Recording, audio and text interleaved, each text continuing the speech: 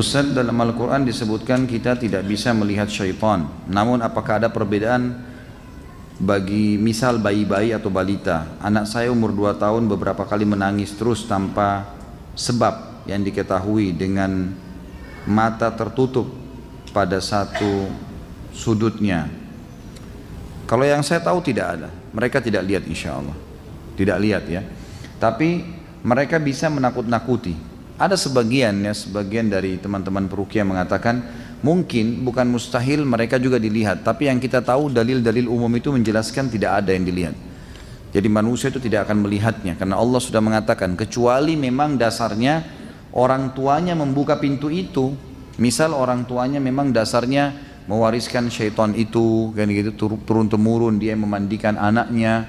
Saya tahu ada keluhan dari satu bapak sudah tua, subhanallah, semoga Allah selesaikan masalah. Beliau mengeluh dengan saya, dia bilang ibu saya ini sudah sangat tua tapi perilakunya perilaku yang sangat buruk, udah jauh dari agama, nggak masuk di akal, sudah tua tapi masih macam-macam gitu. Saya bilang mungkin, dan tidak mau ibadah, dinasihatin tidak mau dengar. Saya bilang mungkin harusnya ya diruqyah Pak. Dia bilang mungkin, tapi memang dia pernah mengatakan kalian tenang-tenang aja kepada anak-anaknya, saya sudah urus kalian semua, sudah pernah dimandikan, sudah pernah diberikan macam-macam ilmu, dan syaratnya rupanya si ibu ini walaupun sudah tua harus berusaha untuk kelihatan centil, nakal, suka berusaha untuk punya zina dan seterusnya. Bahkan tidak jarang ada syarat dukun-dukun itu, dia kalau berzina itu makin kuat ilmu sihirnya. Nah cara-cara seperti ini yang sering ada ya terjadi. Dan itu ya karena diberikan syarat oleh syaitan, oleh dukunnya. Tapi kalau melihat saya tidak pernah menemukan dalil masalah itu. Termasuk anak-anak ya, jadi tinggal dibacakan saja insya Allah. Ada seorang wanita dia sudah ditalak suaminya dan diberi nafkah lahir batin, baik lahir maupun batin, tapi belum bercerai secara negara, sehingga masih berstatus sebagai istri, dan wanita tersebut ingin segera menikah lagi dengan kekasih barunya dikarenakan takut berzina. Sedang menurut agama wanita boleh menikah setelah masa iddah 3 kali. Pertanyaannya, masa iddah itu patokannya dari keluarnya surat cerai atau dari sejak ditalak? Bolehkah secara agama menikah lagi kalau surat cerai dari negara belum ada, tapi suami sudah mentalak dan sudah tidak pernah memberi nafkah lahir dan batin?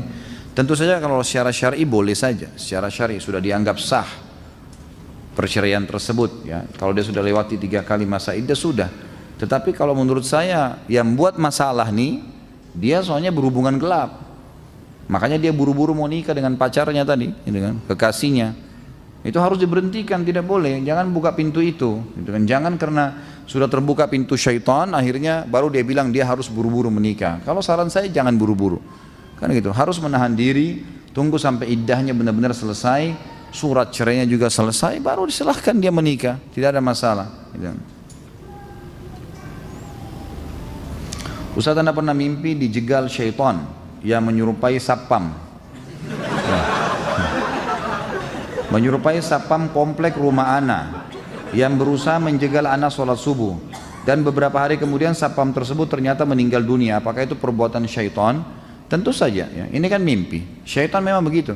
Bisa saja, apalagi sholat subuh. Memang sholat subuh itu kata kunci. Kalau kita dibuat takut-takut sholat subuh itu berarti dari syaitan memang. Karena memang dia tahu kalau sholat subuh kita nggak bisa ganggu kita. Seharian sampai besok subuh lagi ya, dijamin. Besok sholat lagi, dijamin lagi sampai subuh, nggak bisa diganggu sama dia. Bisa saja, tapi kalau masalah sapam itu meninggal dunia beberapa hari kemudian itu karena ajal, nggak ada hubungannya sama mimpi Anda, gitu kan. Nah ini pertanyaan yang 2 dan 3 sebenarnya jauh dari pertanyaan bahasan kita. Tapi karena satu kertas baiklah. Apakah membagi warisan disamaratakan antara laki-laki dan perempuan sesuai kesepakatan mereka? Apakah diperbolehkan? Tidak boleh.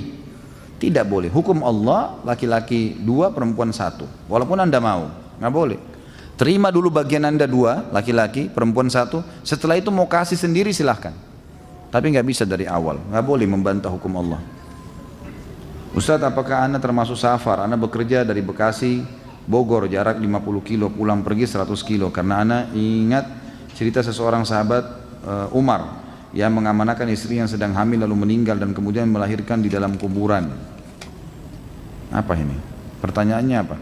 Kalau masalah safar, Dia kembali kepada uruf sebenarnya, kebiasaan masyarakat setempat. Kalau masyarakat menganggap itu jarak yang jauh, jarak safar, berarti dia sudah dianggap safar.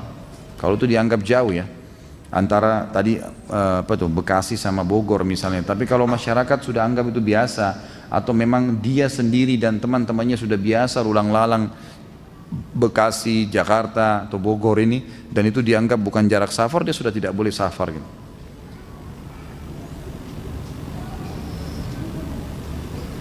Kalau tidur, kata istri saya, kadang saya nangis sebentar atau sesekali. Apakah itu tanda terkena gangguan jin, Ustaz? Ataukah ada sihir? Kalau sering, iya. Kalau sering ya.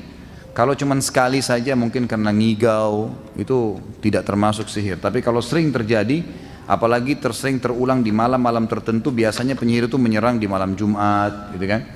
Di waktu-waktu tertentu, maka itu berarti iya. Mestinya sebaiknya antum ruqyah.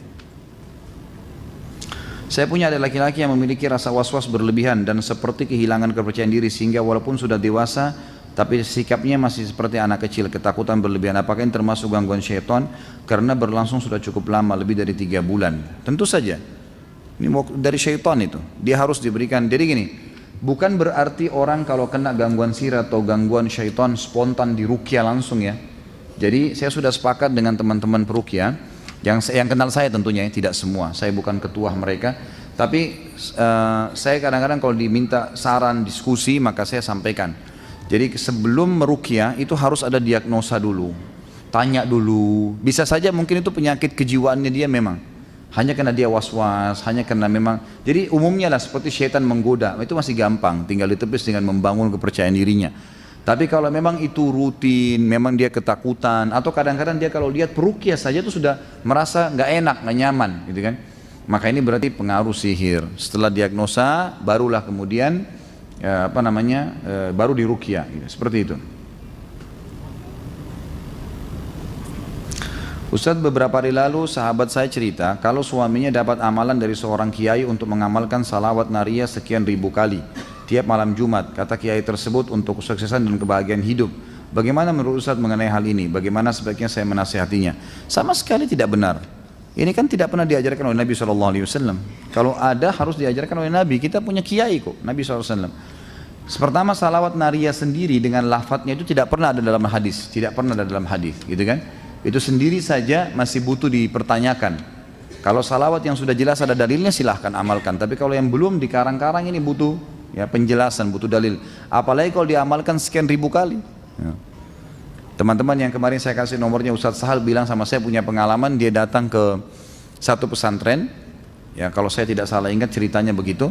Datang ke satu pesantren lalu kemudian diajarin ruqyah malam Jumat, ternyata semua satu pesantren kesurupan di masjid, gitu kan. Terus kemudian kiainya bilang, kamu apain murid-murid saya? Dia bilang, sebentar Pak Kiai, ini yang saya baca coba dengar aja. Semua ayat-ayat ruqyah. Mesti Pak Kiai yang muhasabah, ada apa nih murid-muridnya? Mungkin ada sesuatu.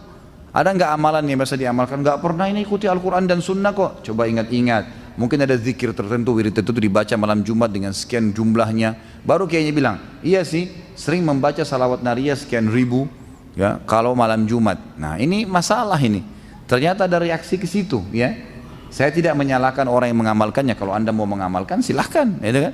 Saya menyampaikan pengalaman saja. Maka saudaraku, cukupkan dengan apa yang dicontohkan oleh Rasulullah SAW. Jangan buat-buat. Untuk apa itu melebihi apa yang Nabi SAW ajarkan? Lalu apa fungsinya Nabi SAW? Kalau emang anda mau karang-karang terus-menerus ini, dan terus-menerus mengatakan tidak apa-apa, tidak apa-apa, tidak apa-apa, sampai kapan tidak apa-apanya nih? Gitu. Akhirnya kemurnian agama Islam jadi hilang, gitu kan? Bagaimana caranya untuk mengawasi rasa khawatir yang sangat berlebihan di dalam melakukan aktivitas rutin sehari-hari? Pada saat mengunci rumah, kendaraan dicek berulang-ulang. Ini was-was, tidak boleh. Harus dengan yakin. Hilangkan itu dengan bertawakal. Hilangkan dengan bertawakal. Kan Nabi sudah bilang, bertawakal kepada Allah itu akan menghilangkan was-was itu. Tawakal kepada Allah. Kunci sekali sudah tinggalkan. Tawakal Allah. Pada saat mencuci tangan lama sekali karena diulang-ulang, khawatir belum bersih. Semua was-was ini harus dilawan, tidak boleh. Dan saya sarankan ada buku judulnya Bahaya Penyakit Was-was. Itu boleh dimilikin, ya. Pernah juga saya bawain di sini contohnya, nanti dimilikin aja.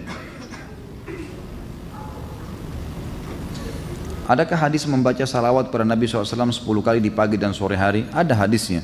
Cuma memang diperselisihkan oleh ulama tentang kesahihannya gitu kan. Tapi kalau kita lihat buku-buku yang ditulis oleh para ulama dalam zikir pagi sore dari Timur Tengah saya bicara, bukan di Indonesia ya, maka mereka memasukkan dalam buku-buku mereka. Apabila kita mempunyai warung makan di sekitar komplek perumahan, di dalamnya banyak perusahaan, mayoritas orang yang makan bertepatan waktu istirahat, waktu sholat duhur, apa yang harus kita lakukan kepada para pekerja dan konsumen yang makan? Apakah kita menunda terlebih dahulu waktu sholat sampai waktu istirahat selesai? Tentu tidak lah, gitu kan. Sholat aja, gitu kan, sholat. Kalau anda suami istri, anda boleh suruh istri nggak ada masalah, mereka boleh sholat di situ kan. Tapi kalau anda sendiri jangan tinggalkan masjid, jangan tinggalkan sholat. Atau kalau perlu bagaimana caranya supaya bisa dihidangkan, atau ada pegawai yang memang pegawai itu mungkin ya, kalau memang banyak pegawai yang makan juga yang mampir itu adalah orang-orang perempuan misalnya, wanita, maka bisa pakai wanita. Kalau tidak, maka bertawakal kepada Allah SWT. Sholat dulu, habis itu layani mereka. Gak usah khawatir dengan rezeki. Itu saran saya ya. Kalau anda bisa bertanya pada ustadz lain, bisa disarankan misalnya nggak apa-apa tunda sholatnya, ya silakan saja. Kalau saya tidak sarankan itu. Bila kita memulai usaha warung makan malam hari dan bertepatan dengan sholat maghrib dan isya, apakah kita boleh menjamak sholat tersebut? La ilaha illallah. Menjamak sholat gara-gara dagang tidak boleh. Nah. Apakah baca Quran harus berwuduk dulu? Ya afdalnya iya. Afdalnya berwuduk dulu, gitu kan. Tapi kalau sebenarnya batal wudu dan tidak sempat, itu masih ada yang membolehkan. Tentu lebih baik ya, adabnya seperti itu. Bagaimana adab dalam Islam ketika kita makan tapi tidak habis atau berlebih? Tentu saja kita ambil sesuai dengan porsinya. Dan ulama mengatakan syaitan masuk juga di makanan tadi. Kan ada bahasan masalah makanan, jadi saya jawab pertanyaan ini. Maka kata para ulama, syaitan masuk ke dalam makanan termasuk dalam masalah porsinya. Sering kita dibuat hawa nafsunya lagi naik, kemudian mau ambil banyak, akhirnya tidak bisa dihabisin. Karena mubadzir itu adalah saudara syaitan. Kata Allah SWT, innal mubadzirina kanu ikhwana syayatin. Orang-orang yang suka tabzir itu adalah saudaranya syaitan. Jadi syaitan sengaja menggodanya untuk itu. Dan Nabi SAW mengatakan, kalau makanan kalian jatuh di bawah, bersihkanlah. Tentu yang masih bisa dibersihkan, dan jangan biarkan sepotong pun buat syaitan. Ternyata syaitan sering buat gitu tuh. Kita disuruh ambil banyak, akhirnya kita tidak habiskan. Sunnah Nabi SAW membersihkan makanan, makanya ambil porsi secukupnya. Pertama di pandangan orang juga bersih, baik ya. Ambil sedikit nasi, sedikit lauk, dimakan. Kalau masih pengen tambah lagi. Jangan tamak terlalu banyak, akhirnya nanti tidak habis dan dibuka pintu syaitan. Ustaz, apa hukumnya berwudu sebelum tidur tapi sedang haid? Dianjurkan. Orang haid hanya meninggalkan yang dilarang saja. Sholat, puasa, itu kan? Yang dilarang saja. Menyentuh fisik Al-Quran. Tapi kalau wudu sebelum tidur, zikir pagi sore, mengulangi hafalan, menjenguk orang sakit, menghadiri majelis ilmu, semua boleh. Amalkan, yang dilarang saja yang ditinggalkan.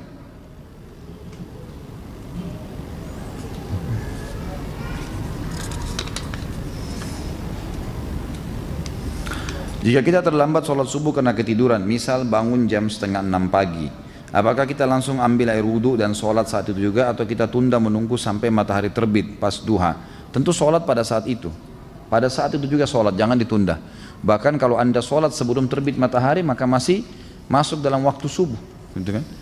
Maka sebaiknya jangan ditunda. Kalau anda tunda berarti mengeluarkan sholat dari waktunya, dan itu berbahaya, masuk dalam dosa nanti. Bagaimana cara menasihati kakak yang jika diajak sholat berjamaah di masjid mengatakan, aku nggak mau kelihatan riya karena sholat dilihat orang. Yang penting kan sudah sholat di rumah, nggak perlu dilihat orang. Inilah waswas syaitan. Harus dilawan. Gimana caranya? Perintah Allah dan Rasulnya begitu. Ini waswas syaitan, ini tidak boleh. Tapi jika kira ada tahlilan berjamaah, beliau datang dengan mengatakan, kita ini hidup bermasyarakat, nggak bisa hidup sendiri. Kalau kita mati siapa yang mau ngubur kalau bukan tetangga, gitu kan? Ini waswas syaitan luar biasa, ini permainan syaitan ke dia. Sampaikan apa adanya, tugas anda sampaikan saja. Selebihnya doakan. Kita nggak bisa mengubah orang itu. Bab sholat, baik. Bagus juga nih kalau ada yang bertanya, tulis judulnya, jadi saya langsung tahu ya.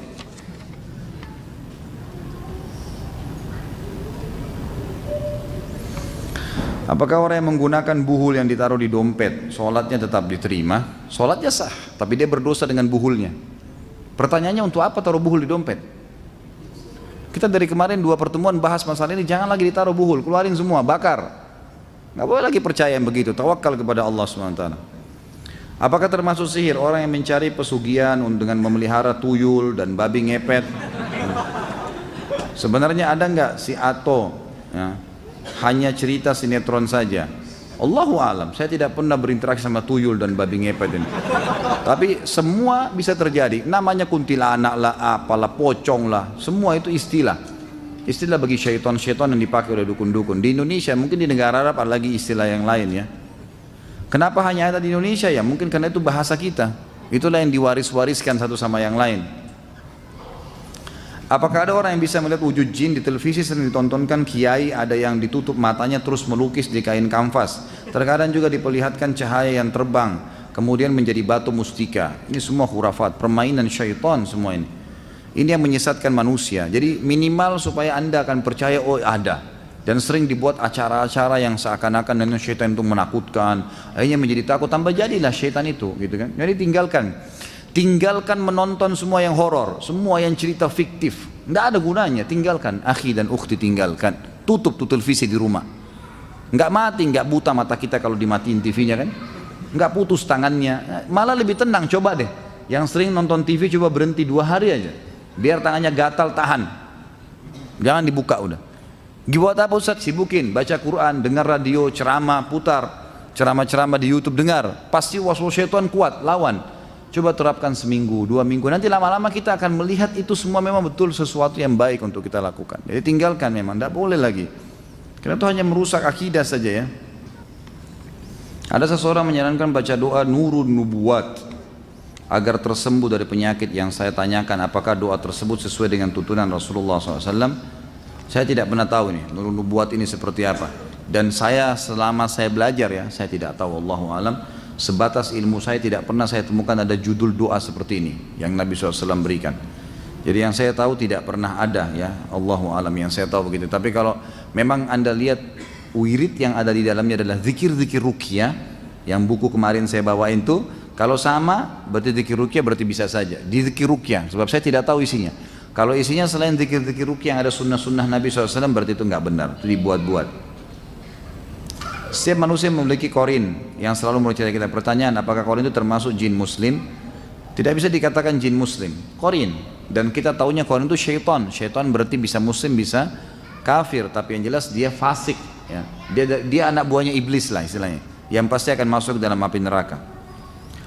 Bisakah korin itu menyerupai kita dan menampakkan diri di hadapan orang lain seolah-olah yang mereka temui adalah kita? Nggak bisa. Dia punya batasan, tidak akan pernah bisa dilakukan itu, mustahil gitu ya. Apakah ketika kita bermimpi seseorang yang telah meninggal, yang ada dalam mimpi kita itu benar-benar orang yang sudah meninggal, atau itu adalah syaitan yang menyerupai mereka? Tergantung pesannya apa. Bisa saja seseorang itu melihat, karena pernah ada sahabat melihat sahabat yang lain dalam mimpinya, gitu kan? Itu pernah terjadi. Ada pernah 2 sahabat yang saling janji satu sama yang lain, siapa yang meninggal duluan maka dia semestinya minta kepada Allah agar bisa datang, gitu kan? Artinya dia memberitahukan apa yang sedang terjadi. Maka meninggallah salah satunya. Pada saat meninggal salah satunya, maka yang meninggal ini dengan izin Allah datang dalam mimpi sahabat yang satu. Maka sahabat ini berkata, apa yang Allah berikan kepada aku? Dia bilang, alhamdulillah Allah sudah ampuni saya. Cuman kemudian di lehernya sahabat yang meninggal itu ada seperti titik hitam. Yang masih hidup ini mengatakan, apa di lehermu itu? Dia bilang, ini sisa utang saya yang belum saya bayar. Ada uang 50 dirham yang saya harus bayar kepada Yahudi. Uang itu sudah saya letakkan. Maaf, dia bilang begini dulu. Dia bilang, ketahuilah setiap apapun yang terjadi di dunia disampaikan informasinya kepada kami. Disampaikan informasinya kepada kami. Sampai apapun ya. Sampai apapun, termasuk kucing saya, kucing kami yang baru meninggal, baru mati 2 hari yang lalu, gitu kan? Itu diberitakan kepada saya tentang kejadian itu. Sudah akhi, jangan tambah lagi. Ini sudah banyak. Dengarin dulu, siapa tahu pertanyaan-pertanyaan ini ada yang jadi pertanyaan antum ya. Sampai mana tadi? Kucing. Ini jangan ngacoin nih bawa pertanyaan terus. Kucing pun saya lupa ini. Akhirnya dia bilang ada utang saya dan saya sudah siapkan 50 dirham itu di rumah saya, di bawah sebuah tempat di dekat pintu rumah saya, di bawah tanah, ditutup sama batu, angkatlah dan bayarkan utang saya. Dia pun keesok paginya temannya ini datang ke rumahnya lalu bertanya kepada istrinya, apakah sesuatu yang terjadi di rumah kalian? Kata istrinya, nggak ada. Istri yang sudah meninggal, istri yang laki-laki sudah meninggal. Dia bilang nggak ada, hanya saja kucing kami meninggal 2 hari yang lalu, mati. Maka si laki-laki tidak ceritain mimpinya, dia cuma bilang, oh iya, baik, suamimu pernah punya utang nggak sama orang Yahudi? Kalau tidak salah sekitar 50 dirham. Dan uang itu dia pernah titip pesan, dia pesan sama saya kalau uang itu ada di dekat pintu, di bawah tanah ditutup batu. Coba lihat. Waktu dibuka ternyata betul ada kantong tersebut dan jumlahnya betul 50 dirham, lalu dibayarlah utang tersebut. Jadi bisa saja ada orang yang datang dalam mimpi gitu kan, mungkin Allahu alam, itu dengan hikmah Allah subhanahu wa ta'ala. Tapi di sini ulama mengatakan tergantung pesannya. Kalau pesannya pesan-pesan yang baik, positif gitu kan, maka itu baik-baik saja seperti tadi kasus sahabat ini, maka itu boleh saja dari Allah subhanahu wa ta'ala mengizinkan. Tapi kalau pesannya disuruh buat kesyirikan, buat kemaksiatan, ini semua tidak benar, pasti dari syaitan. Seseorang yang sedang marah atau berperilaku aneh, bagaimana cara membedakan apakah kemarahannya itu karena pengaruh syaitan atau memang wataknya? Sebenarnya semua marah selain daripada marah dari hukum Allah, dari syaitan, semuanya. Hadis Bukhari menjelaskan masalah itu. Bahwasanya pernah ada sahabat 2 yang bertengkar sampai urat-urat leher mereka kelihatan, gitu kan? Maka salah satu pernah berkata, Nabi SAW mengatakan, tambah lagi. Udah stop. Ini saya harus dia cambuk rupanya di sini. Jadi kalau ada yang datang saya cambuk tangannya. Habis saya sudah bilang stop dari tadi gitu. Jangan tersinggung akhi, bercanda. Walaupun saya serius ya.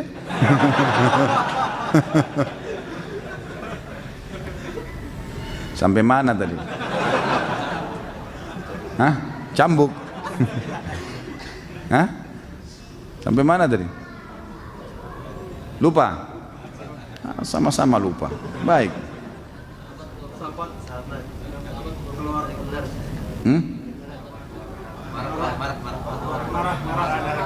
Marah. Kelihatan urat lehernya. Bagus, alhamdulillah. Allah ingatkan. Akhirnya Nabi SAW mengatakan, saya tahu kalimat yang kalau keduanya mengucapkan, maka pasti akan hilang dari mereka marah itu. Sahabat Nabi yang satu di sebelah Nabi mengatakannya, Rasulullah apa itu? Kata Nabi, kalau mereka membaca, A'udzubillahi samil alim minasyaitonir rajim. Ya, saya menjauhkan berlindung kepada Allah dari syaitan yang Allah yang maha mendengar dari syaitan yang terkutuk, gitu kan, terajam. Maka dari hadis ini ulama mengatakan menandakan semua marah selain marah karena hukum Allah dari syaitan. Jadi nggak boleh. Watak pun itu dari syaitan. Syaitan memegang dia untuk itu. Saya pernah melihat cahaya kebiruan bentuknya seperti pernah melintas di depan saya tepat saat maghrib. Menurut orang cahaya itu adalah santet. Sebenarnya cahaya itu apa Ustaz? Allahu alam. Saya nggak tahu cahaya apa itu. Tapi kalau lihat sesuatu yang membuat kita takut atau ragu, bacalah a'udzubillahi minasyaitonirrajim. Mungkin, Allahu a'lam, mungkin santet, mungkin apa. Tapi yang jelas, kalau tadi saya sudah sebutkan perlindungannya, kalau anda jaga, insya Allah akan terlindungi.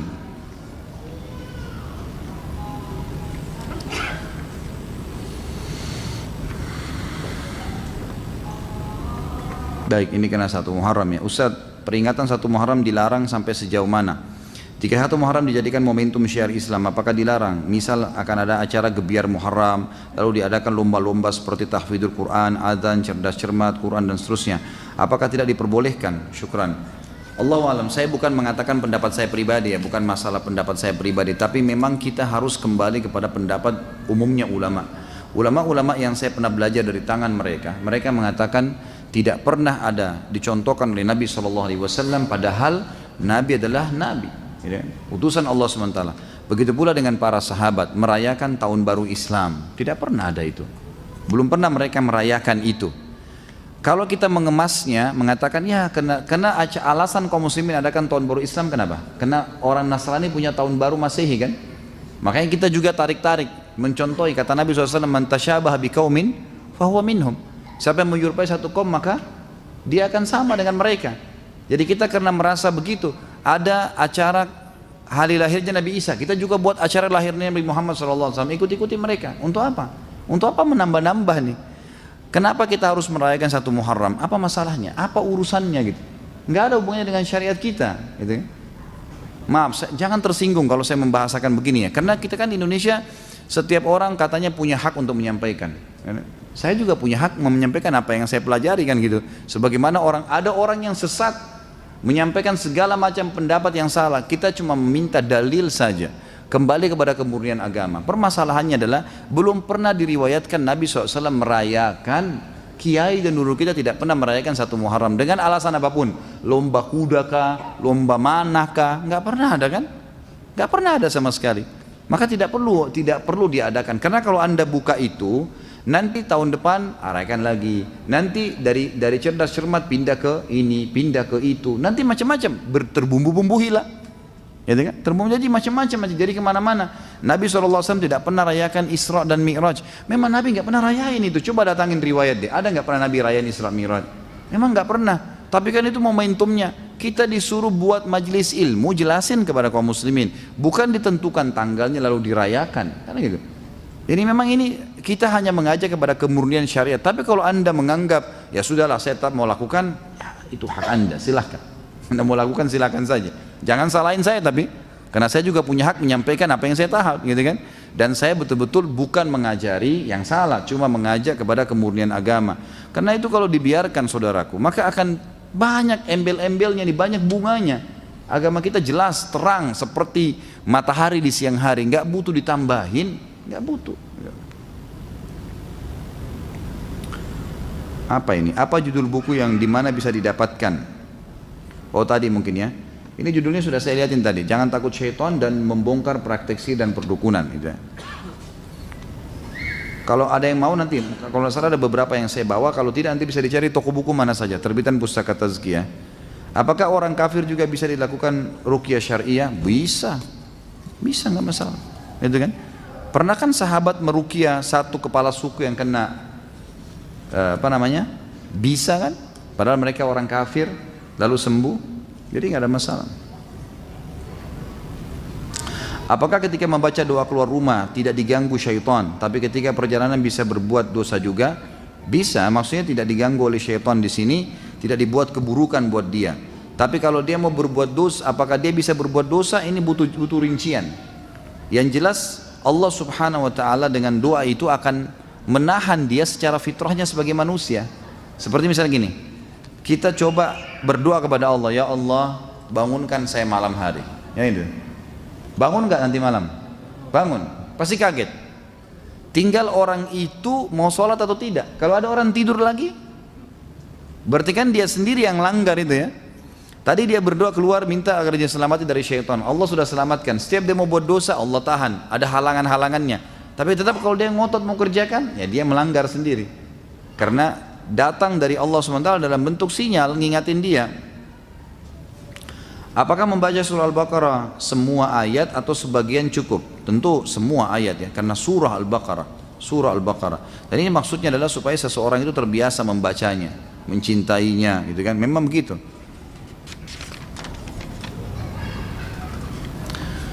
Saya pernah diajak oleh orang tua mendatangi dukun, saya di punggungnya seolah ditulis tulisan Arab dan saya disuruh mandi. Apakah saya sudah terkena sihir? Lalu bagaimana ruqyah yang harus saya lakukan untuk sembuh? Iya, sudah kena sihir itu. Sudah kena sihir. Caranya saya ajarkan kemarin, membaca minggu lalu kita sudah ajarin caranya membaca Al-Fatihah, Al-Ikhlas, Al-Falaq, An-Nas, ayat kursi, Al-Kafirun, 6 ayat dasar, kemudian anda tiup ke telapak tangan lalu usap di tempat yang pernah diukir itu. Kalau tiba-tiba sendawa, merinding, berarti itu ada masalah sihir, gitu ya. Masalah sihir, dan bisa lebih jauh konsultasi sama teman-teman ustadz yang saya sudah kasih nomornya kemarin. Kalau belum catat nanti bisa datang kepada saya selesai ini ya.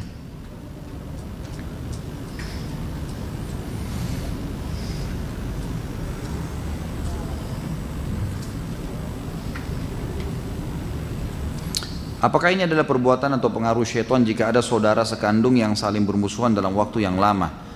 Sesama saudara saling mempertahankan egonya masing-masing untuk saling bermusuhan. Bagaimana solusinya untuk menyadarkan satu sama yang lain karena permusuhan tersebut adalah dosa besar? Tentu dari syaitan. Syaitan itu seperti musuh tadi saya bilang. Jadi kalau dia bisa mendapatkan celah yang buruk dari kita atau celah kekurangan, misal leher saya bisa ditusuk sama dia. Dia bukan cuma cuil, tapi dia berusaha untuk tusuk semaksimal mungkin. Kalau mati ya mati. Artinya kalau rusak, kalau enggak minimal kalau luka itu harus terus borok, harus terus luka.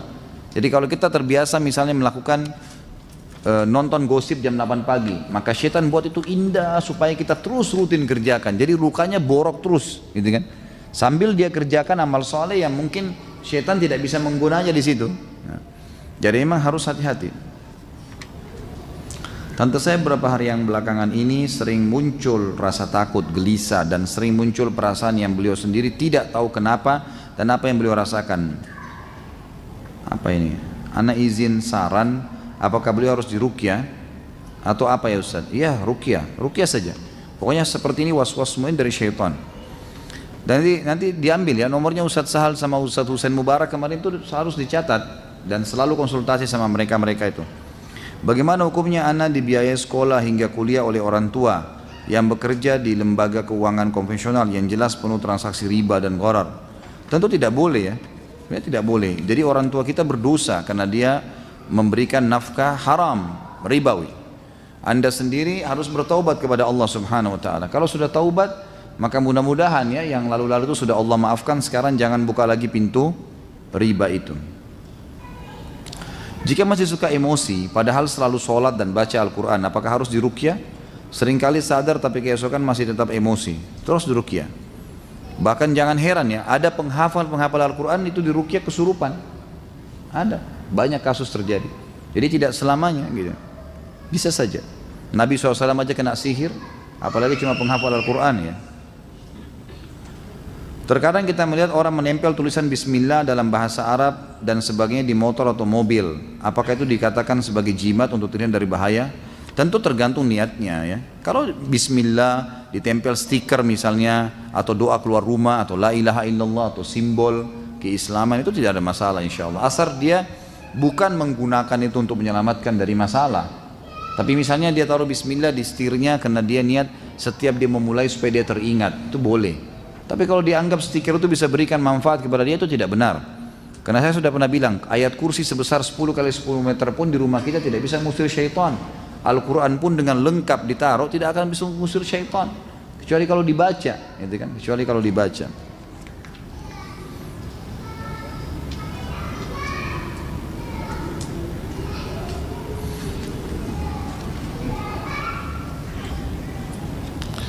Ustaz minta tolong dijelaskan tentang masalah qarin dan apa hikmah dari qarin yang selalu menyertai manusia, dan bisakah qarin diusir dari manusia?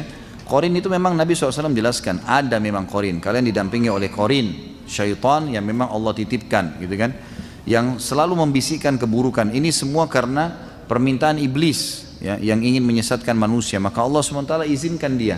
Tetapi Allah Subhanahu wa taala memberikan batasan, dia tidak bisa buat apa-apa, dia hanya bisa membisikkan. Makanya ketahui kedoknya, semua bisikan buruk, melakukan pelanggaran agama, jauh itu dari qarin, jangan diiyakan, dari syaitan itu. Udah selesai, dia nggak bisa buat apa-apa, dia nggak bisa paksain kita berbuat dosa, dia nggak bisa cekik kita, tarik tangan kita, nggak bisa, dia nggak bisa buat apa-apa, cuma itu saja. Jadi dan dia tidak bisa seperti apa yang dikatakan tadi, dia nggak bisa mengganggu apapun kecuali cuma bisikan, dan dia tidak bisa menjelma menjadi seperti kita, tidak ada.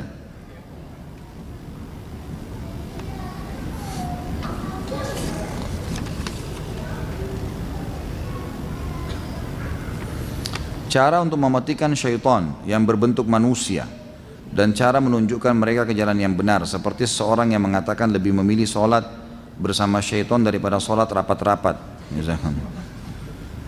Jadi jangan dimatikan kalau manusia ya, didakwahi.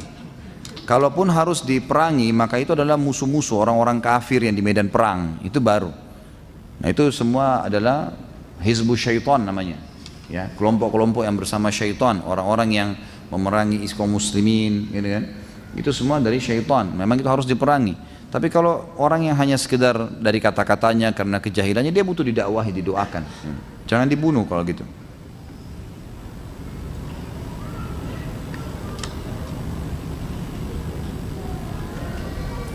Apakah benar Syiah di Indonesia sudah memasuki fase kelima, fase makar?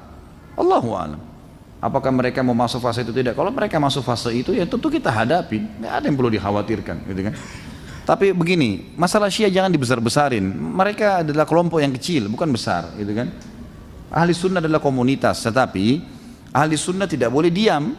Saya sudah katakan semua ahli sunnah sekarang, semua ahli sunnah sudah wajib bagi mereka, para ustadz-ustadznya, dai-dainya, kiai-kiainya, di semua pesantren, kalau perlu pasang spanduk anti Syiah, memang gitu.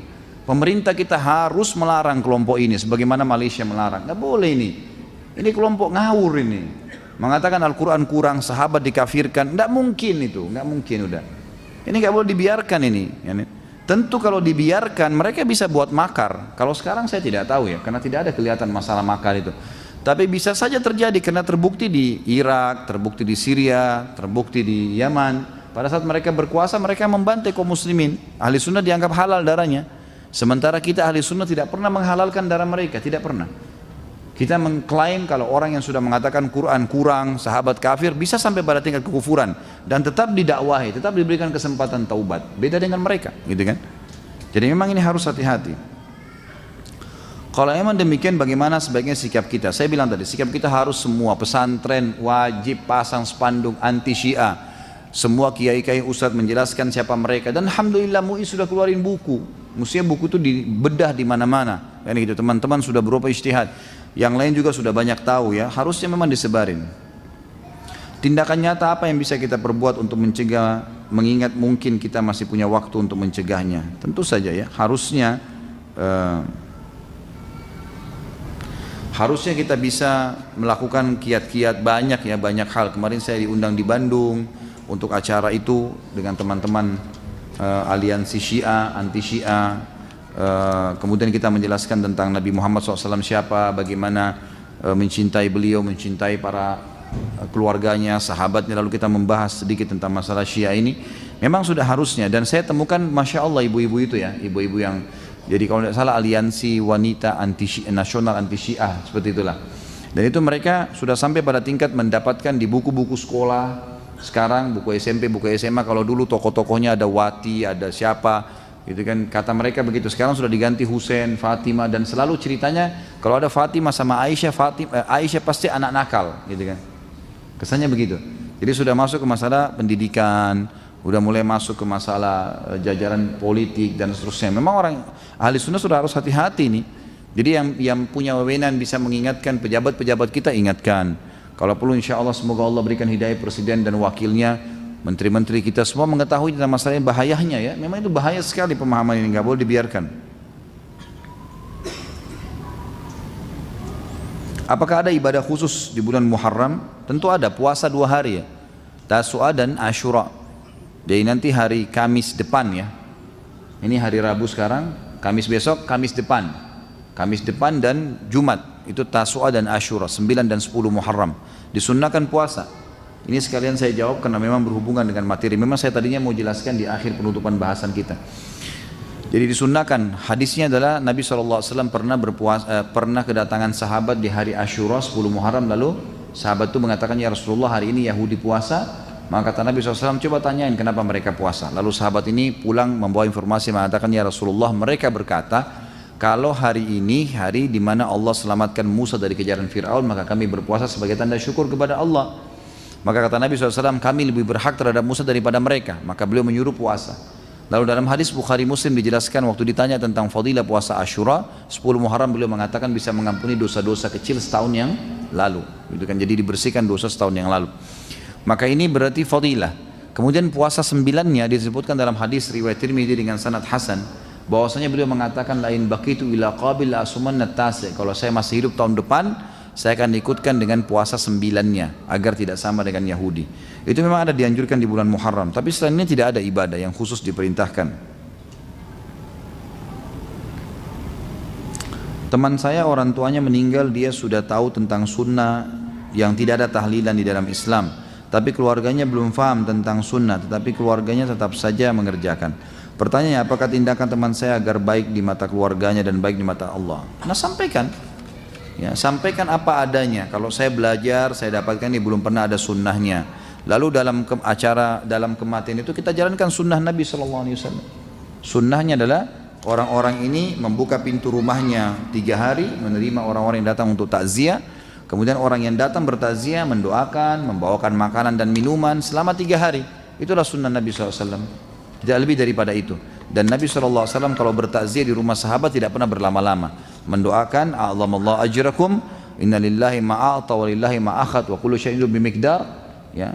Semoga Allah mengagungkan pahala kalian, sesungguhnya milik Allah yang diambil, milik Allah yang dia beri, milik Allah yang dia ambil, dan semua berputar sesuai dengan takdirnya. Lalu kemudian dia membawakan makanan dan minuman dan dia pulang, gitu kan? Seperti itulah.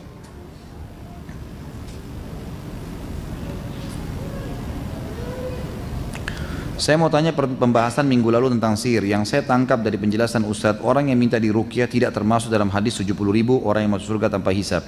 Ruqyah menurut penjelasan Ustadz adalah yang tidak syar'i. Berarti orang yang minta ruqyah tidak syar'i, tetapi tetap bisa masuk surga walaupun dihisab. Ya. Bukankah ruqyah tidak syar'i masuk dalam syirik, mendatangi dukun, tukang sihir? Mohon penjelasannya. Iya jawabannya. Emang iya. Kan orang yang melakukan sihir itu melakukan dosa besar. Ya. Artinya dia kalau meninggal tetap akan dihisab oleh Allah Subhanahu wa taala. Bisa diampuni, bisa tidak. Kan itu. Memang begitu hukumnya. Sama melakukan sihir, ya, kecuali kalau dia sudah sampai pada tingkat melakukan kesyirikan lain, sudah sampai pada hal-hal yang syirik, sudah sampai menyembah syaitan, sudah sampai pada sembelihan yang memang jauh dari agama Islam, sudah keluar, maka itulah yang sudah sampai kekufuran gitu.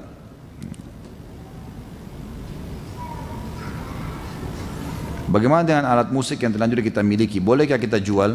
Pendapat ulama yang kuat boleh dijual kepada orang-orang non-muslim, kemudian uangnya digunakan untuk sedekah di jalan Allah Subhanahu wa taala.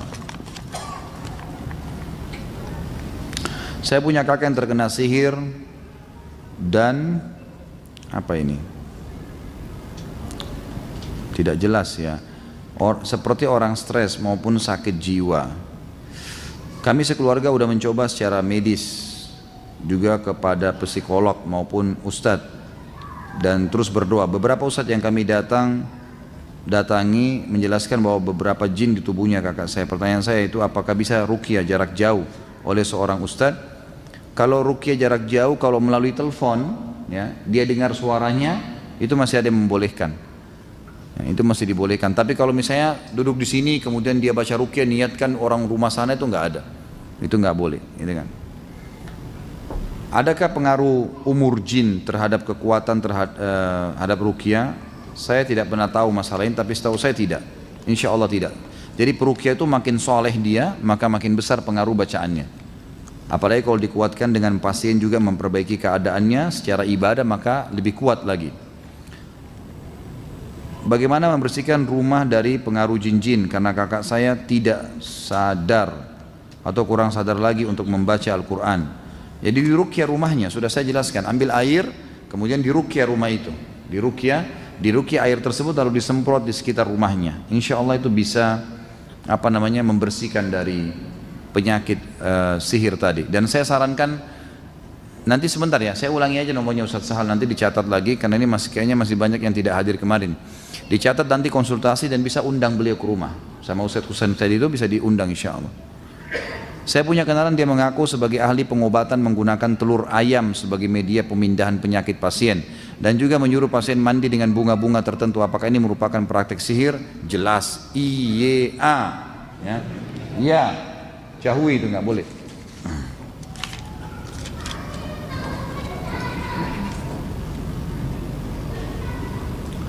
Dalam waktu di ruqyah, apa ciri-ciri yang terkena gangguan? Apakah teriak-teriak atau diam saja? Reaksinya macam-macam, ada yang kesurupan, ada yang kesemutan, ada yang tiba-tiba sendawa, ada yang muntah. Pokoknya dengar ayat pasti terganggu, jiwanya nggak enak, nggak tenang. Itu ada pengaruh. Dari sekian banyak pengobatan sihir, apa yang paling manjur? Apakah doa bisa dipakai dan paling utama? Tadi kan sudah saya jelaskan, ini cara-caranya. Jadi mudah-mudahan tadi diikutin ya, sudah saya jelaskan panjang lebar caranya. Tawakal kepada Allah Subhanahu wa taala, berbanyak istighfar, berdoa kepada Allah, dan ruqyah syariah. Ustaz, di kampung saya ada simbol sebuah perahu lama. Saya tinggal di pemukiman nelayan. Saat sebuah simbol perahu itu dibongkar, sering terjadi kecelakaan sampai menyebabkan kematian. Bisa dalam 1 bulan 2 kali. Apa solusi yang tepat untuk menyikapinya? ruqyah air, kemudian datang ke lokasi itu, lemparin, siramin dengan air ruqyah. Datang ke situ, bacain ayat-ayat ruqyah, insya Allah hilang itu. Itu permainan syaitan, sering terjadi begitu. Sering dia menakut-nakuti masyarakat. Bahkan Nabi SAW pernah menyuruh Umar bin Khattab untuk datang menebang sebuah pohon yang sering mengganggu orang-orang. Setiap lewat merasa takut di situ. Lalu kata Nabi SAW, pergilah Umar dan hancurkanlah itu. Maka Umar bin Khattab pun datang ke sana lalu menghancurkan dan menebang pohon itu.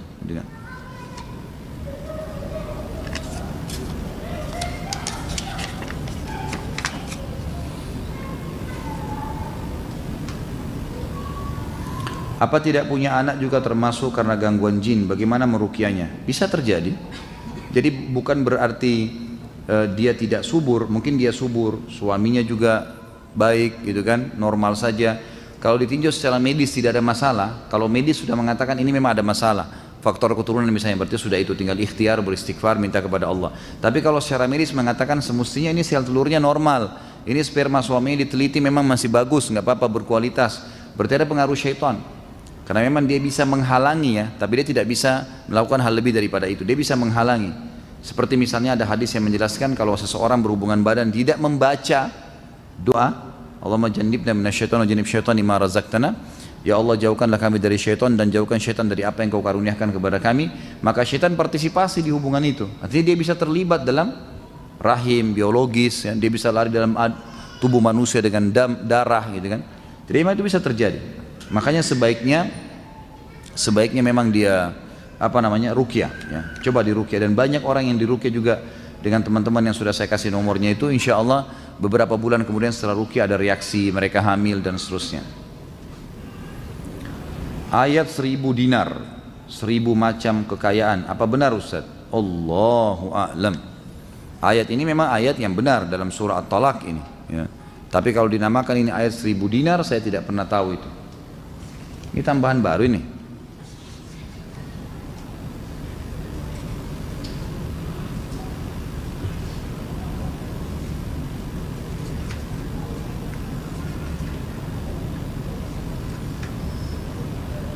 Alhamdulillah, semua tidak sesuai dengan tema. Nanti kita bahas masalah sholat, insya Allah pertemuan akan datang. Baik, mungkin sampai sini dulu insya Allah. Mudah-mudahan apa yang kita bahas bermanfaat. Like, comment, and share.